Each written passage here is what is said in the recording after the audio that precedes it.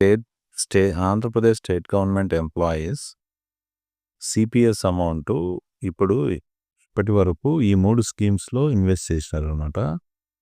మీరు చూస్తున్నారు కదా స్క్రీన్ పైన. ఈ 3 స్కీమ్స్ ఇంతవరకు ఇన్వెస్ట్ చేయడం జరిగింది. సో, ఎస్బీఐ, యూటీఐ, ఎల్ఐసి ఈ 3 దానిలో Andhra Pradesh state government employees amount ఎవరైతే సిపిఎస్ స్కీమ్ కింద ఉన్నారో వాళ్ళ అమౌంట్స్ ఇన్వెస్ట్ చేయడం జరిగింది. ఈ రేషియోలో అంటే ప్రతి రూ. 100 రూ. 34 ఎస్బీఐ, రూ. 33 యూటీఐ, ఇంకో రూ. 33 ఎల్ఐసిలో ఇన్వెస్ట్ చేయడం జరిగిందనమాట.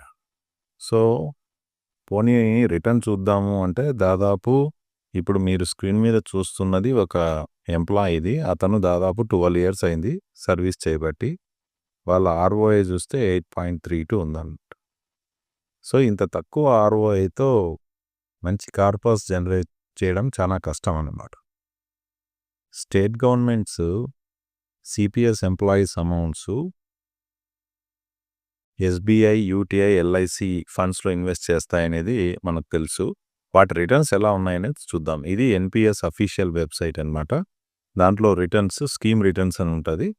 ఆ స్కీమ్ రిటర్న్స్ చూద్దాం. ఫస్ట్ మన స్కీమ్ అనేది సెలెక్ట్ చేసుకోవాలా. ఇక్కడ స్కీమ్లో స్కీమ్ సిజీ అంటే అది సెంట్రల్ గవర్నమెంట్, స్కీమ్ ఎస్జీ అంటే అది స్టేట్ గవర్నమెంట్స్.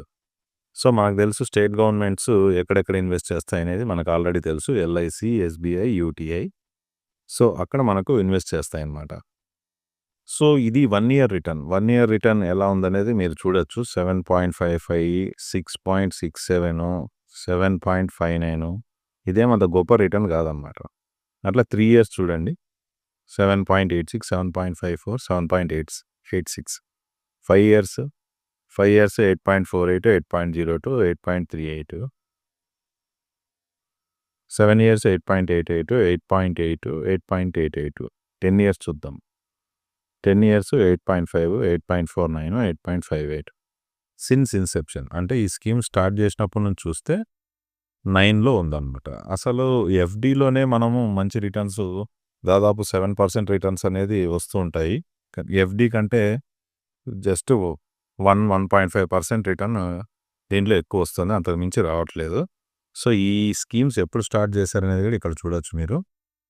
అన్నీ 25 జూన్ 2009 స్టార్ట్ చేశారు. సో, దీనివల్లనే మనకు సిపిఎస్లో మంచి కార్పస్ బిల్డ్ కావడం లేదు.